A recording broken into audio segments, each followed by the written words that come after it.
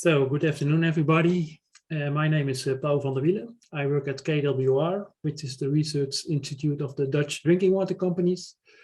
And we have done a study at KWR on the Dutch Legionella legislation for drinking water.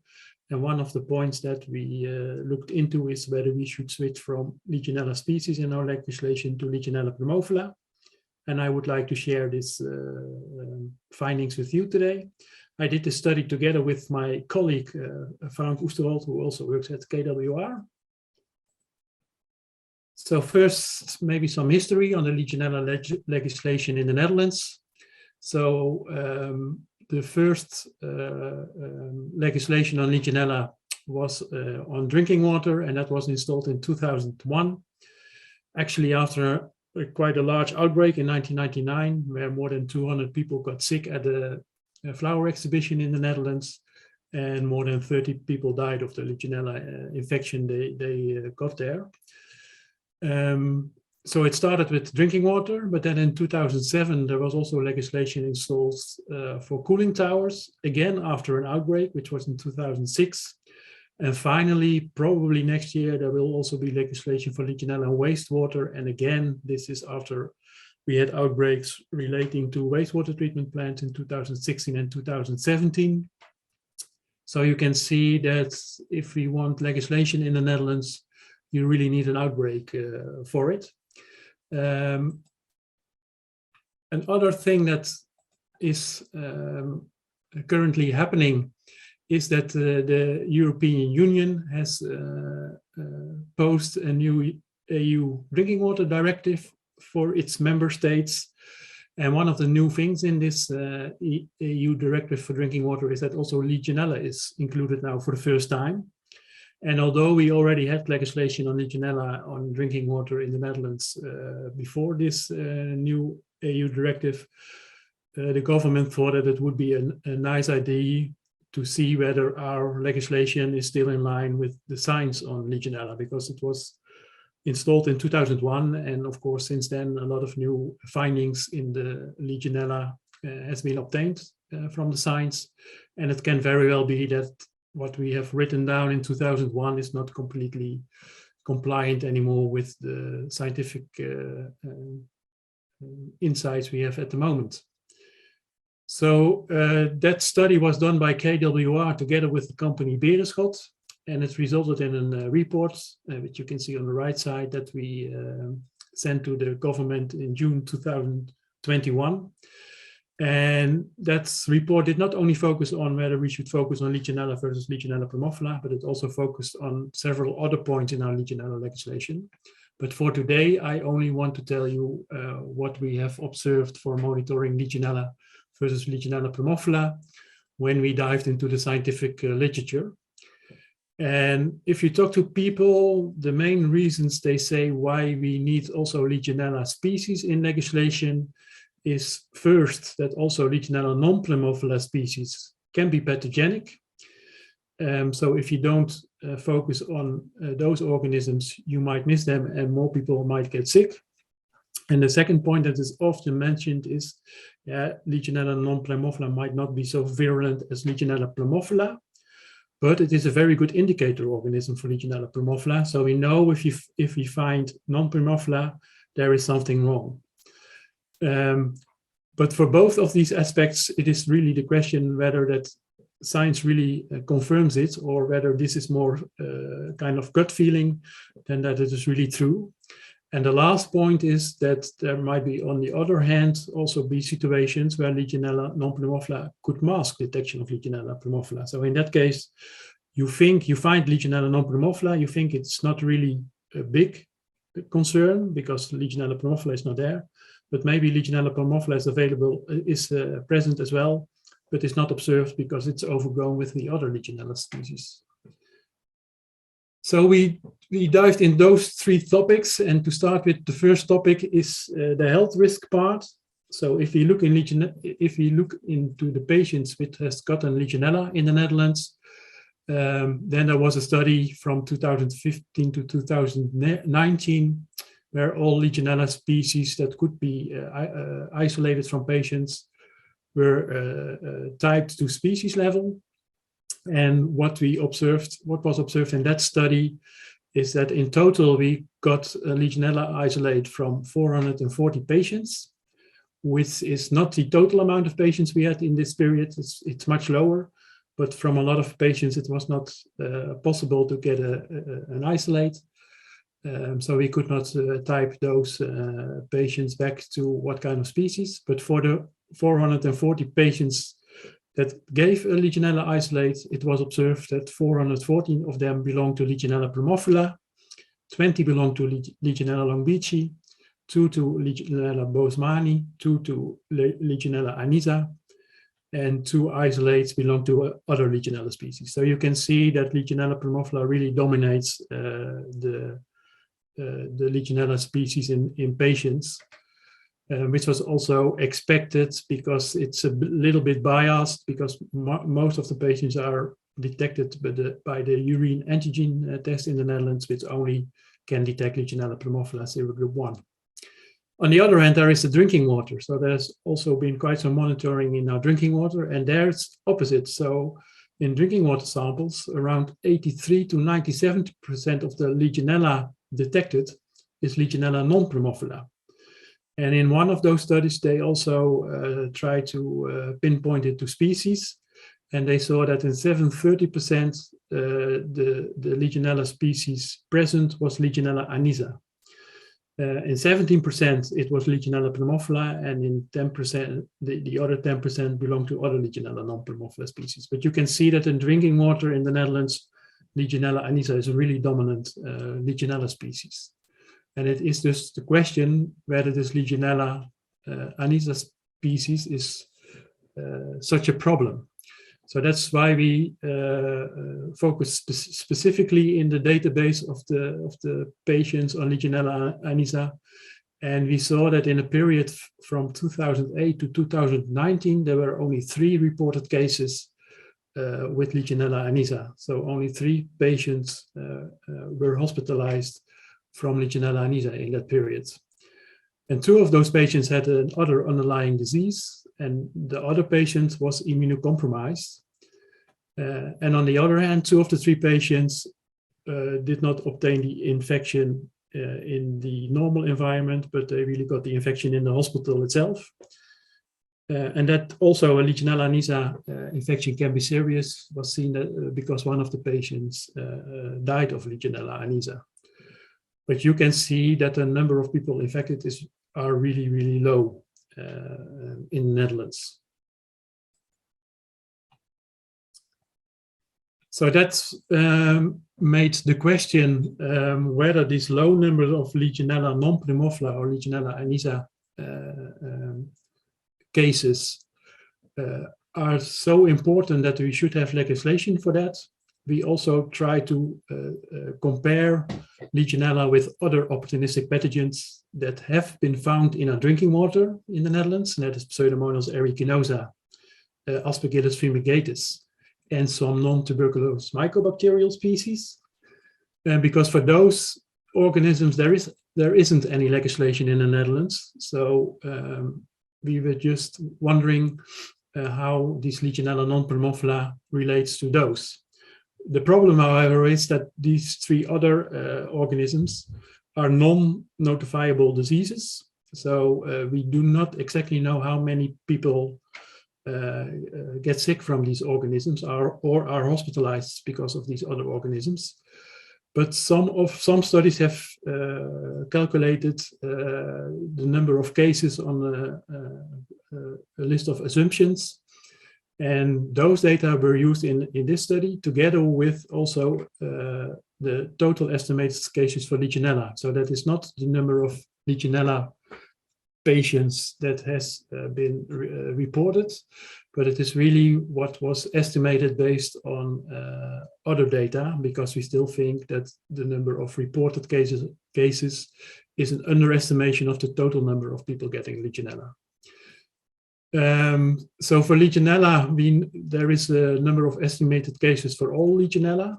We divided that between Legionella pneumophila and non-pneumophila using the ratio from the previous slide there. So how many people got sick from Legionella pneumophila and how many from other Legionellas.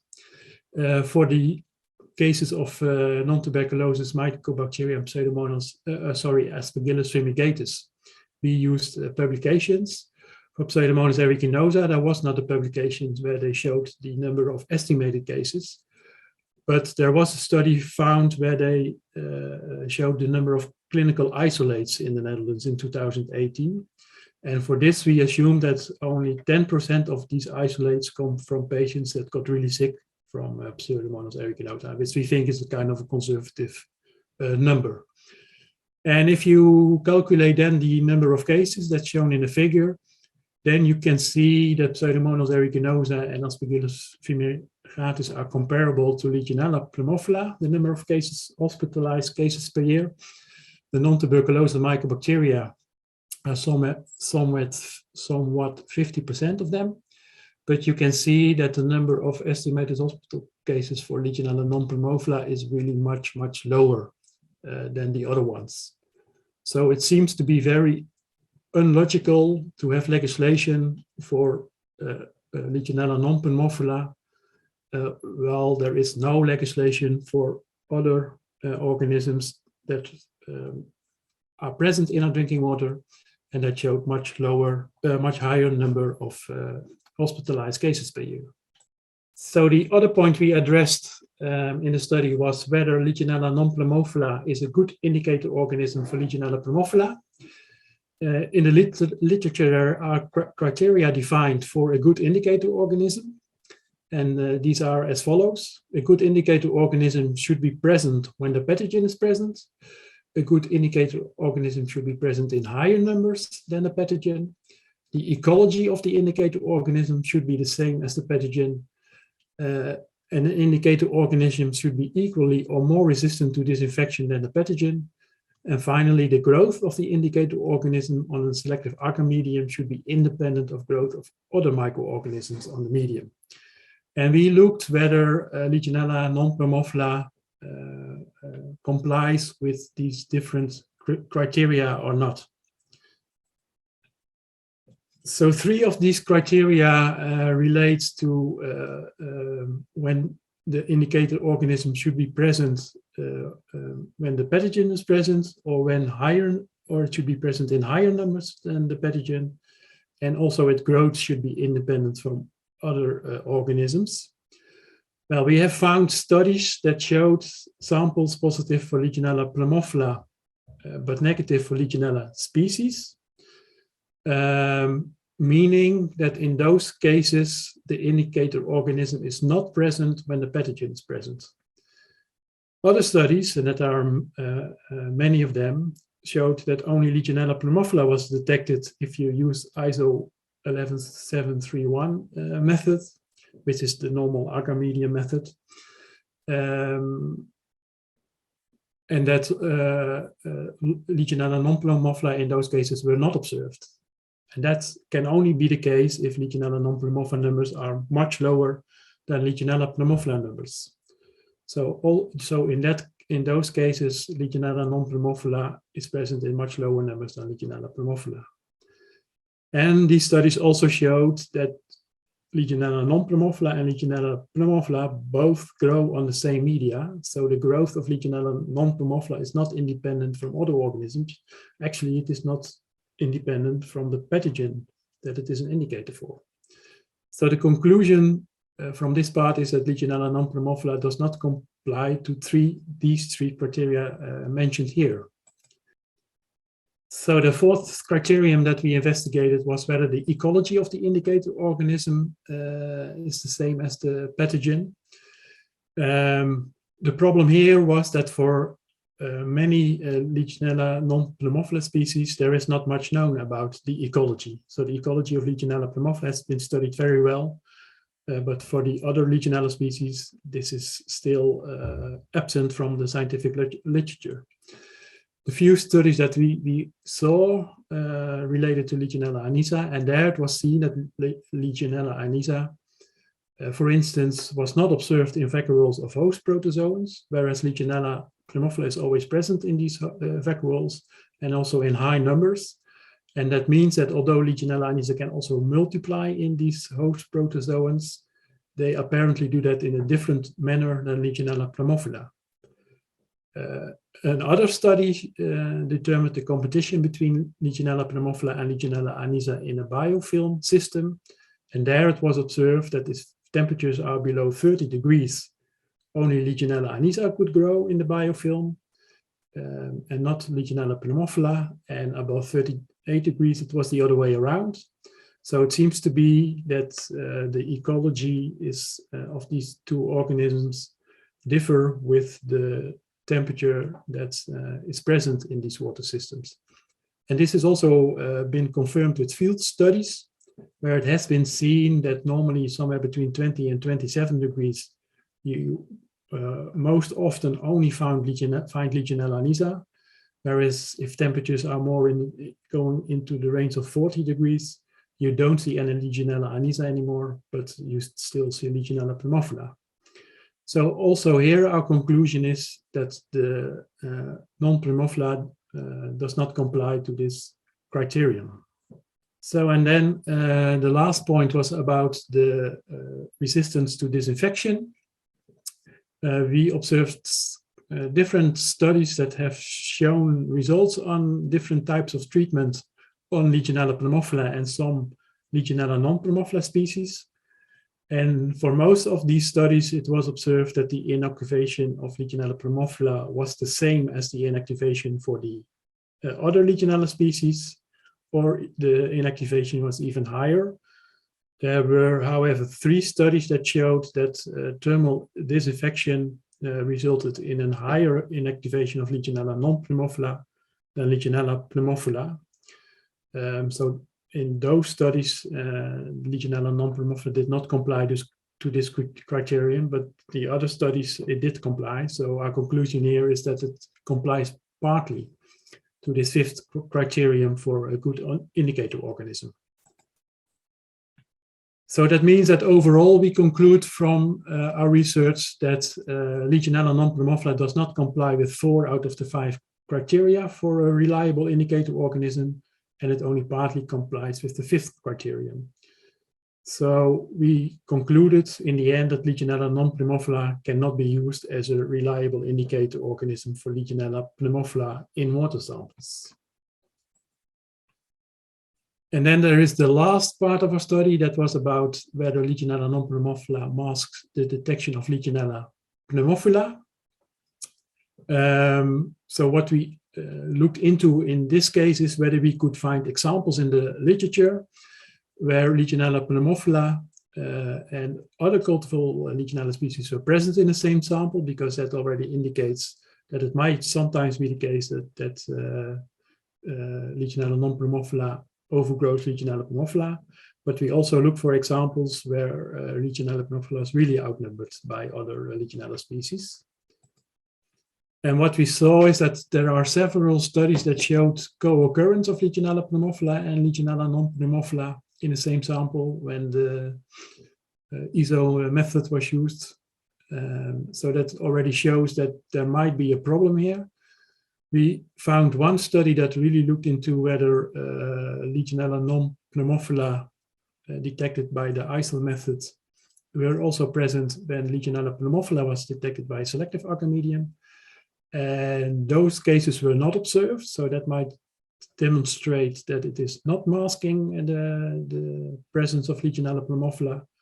However, we also found a study where Legionella pneumophila and Legionella anissa were grown in a biofilm system, and there it was shown that in this system, Legionella anissa could be present much higher than Legionella pneumophila, indicating that if you would have done an ISO method study with those samples, you would only see Legionella anissa and not Legionella pneumophila, but Legionella pneumophila would still be present. So there it would have masked the presence of Legionella pneumophila. So we think that that can really be a problem indeed. So the overall conclusions from our study are that it is plausible that directing general drinking water legislation towards Legionella non-pneumophila will only result in low benefits for public health, because there are so a low number of cases with Legionella non-pneumophila in the Netherlands.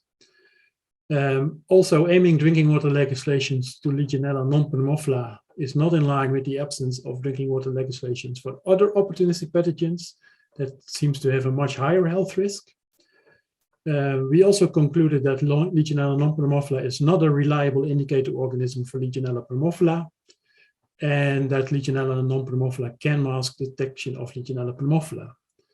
That resulted in our overall conclusion recommendation for the Dutch government, and that was that focus drinking water legislations for all priority buildings on Legionella pneumophila, except for buildings where many immunocompromised persons gather, like hospitals, because their legislation should also focus on Legionella species, as these immunocompromised people are really vulnerable also for other Legionella species.